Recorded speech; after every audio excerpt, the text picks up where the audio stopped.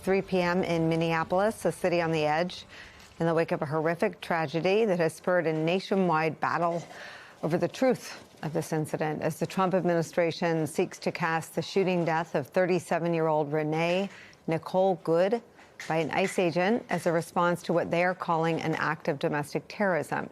They're doing that without providing a shred of evidence. Minnesota officials say that the FBI has effectively frozen local law enforcement out of the investigation. Here's Minnesota's Governor Tim Walz. I think it's clear to everyone as they saw this that it feels now that Minnesota has been taken out of the investigation. It feels very, very difficult that we will get a fair outcome. And I say that only because people in positions of power have already passed judgment, from the president to the vice president to Kristi Noem, have stood and told you things that are verifiably false, verifiably inaccurate. They have determined the character of a 37-year-old mom that they didn't even know. As the governor points out, there are claims that have been made by the Trump administration stand in complete contrast to what we can see with our own eyes, to what eyewitnesses saw, to what available video evidence shows, and to what local officials on the ground there are saying.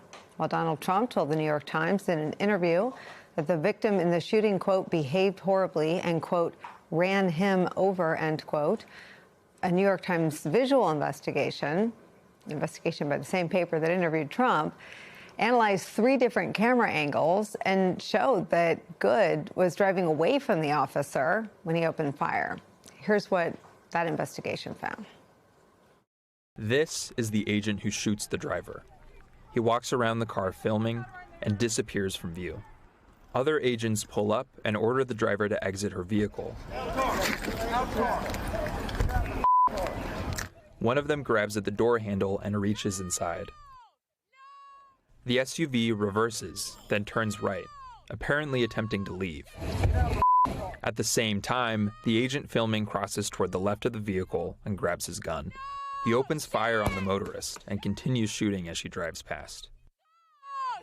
The moment the agent fires, he is standing here, to the left of the SUV, and the wheels are pointing to the right, away from the agent. This appears to conflict with allegations that the SUV was ramming or about to ram the officer. 2 sources familiar with the investigation tell us that the officer in that video who shot Renee Nicole Goode is named Jonathan Ross. He's reportedly an officer who has worked several years on the job. DHS Secretary Kristi Noem told reporters that he had been dragged by a car in a separate incident in June. We're also learning more about events that transpired after the shooting. One video from the scene shows a man who says he's a physician who offers to help and then is blocked by ICE agents from attending to the victim. Watch. I'm a physician. Hey, listen, I understand. We got EMS coming. I get it. Just give us a second. We have medics on scene. We have our own medics. Where are they? Where are they? That incident only adding to the tensions in Minneapolis right now. In neighboring St. Paul, protesters clashed with law enforcement this morning, but the protests have been largely peaceful. Last night, thousands came out to a vigil to honor and remember Renee Nicole Goode. And some of the protesters still out today tell our reporters on the ground that they feel a need to rally around their community right now. Why did you want to be here right now? I wanted to be here because it's important to show up for your neighbors and the people around you, and just to show them that we're not going to stand by and let them be taken. I felt just sad that these are the reasons that Minneapolis keeps appearing on the news. The aftermath of the shooting death of a Minneapolis mom named Renee Nicole Goode by ICE is where we start today. On the ground in Minneapolis, joining us, our reporter Alex Tabbitt in St. Paul. Also joining us, Minneapolis native and senior contributing editor Michelle Norris. She's about a half a block from the scene. Plus, former assistant special agent in charge at the FBI, national security and intelligence analyst Michael Feinberg. Michael, I'm going to start with you again because we are just learning a little bit about the ICE agent. What are your thoughts? You know, any law enforcement agent is incredibly loath to second guess another one's decision whether to use force or how to behave in a tactical situation, simply because you can't be inside that person's head and know whether they were subjectively in fear for their lives.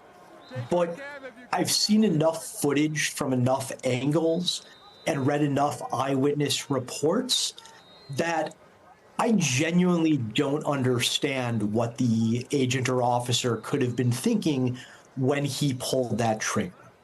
The most charitable explanation is that he thought he was going to get run over. But as we saw from that New York Times analysis and his other analyses, such as that done by Bellingcat today, demonstrate the car was not positioned toward him. And second of all, for the point that he was in front of the car, he put himself there during that time. Alex, I see on my screen what you are witnessing where you are. Want to tell us what's happening? Yes, Nicole. So we're here outside the Whipple building. It is a federal building that is being used as the headquarters for this ICE operation here in Minnesota. And every time a DHS or an ICE vehicle comes in or out of this building, the protesters have been surrounding those vehicles, taunting them, telling them to get out of Minnesota. During those moments when cars enter and exit the building is when we see tensions flare up. It's when we see Border Patrol agents shoot tear gas like you're seeing being shot right now.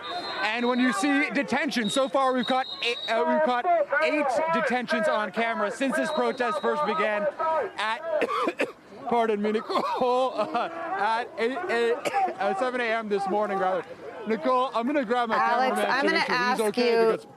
I'm going to ask you to get somewhere safer and a little farther away if what you're choking on is tear gas. Please get yourself to a safe place and confirm with our control room you're safe. We're all good. Thank you. Thank you, You're Nicole. okay? I appreciate it. Okay. Yes, we're all good. Okay, Yes, you want to keep going and tell me what else has been going on today and who that is that's there? So yes, I'm going.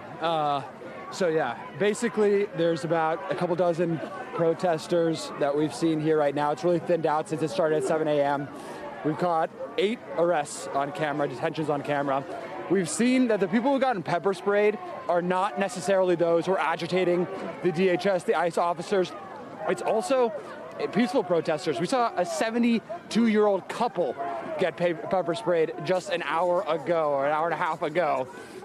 And there's really a mixed bag of protesters here. Some who are taunting, agitating the Border Patrol, and some who are staying in the back and peacefully waving their signs. It's certainly a mixed bag, but in moments like these, when the Border Patrol rushes forward, when cars are coming in and out of this building, cars that we presume are going to continue this immigration crackdown, which DHS is billing as the largest ever in the Department of Homeland Security history, that is when the tensions flare, Nicole. Now, we have seen Greg Bovino here earlier this morning, but he has not been in sight in the last few hours. We're unsure if he's out in the middle of an ICE operation or if he's inside of the building, but we'll be sure to keep an eye out for him as well as he's leading Border Patrol's operations here.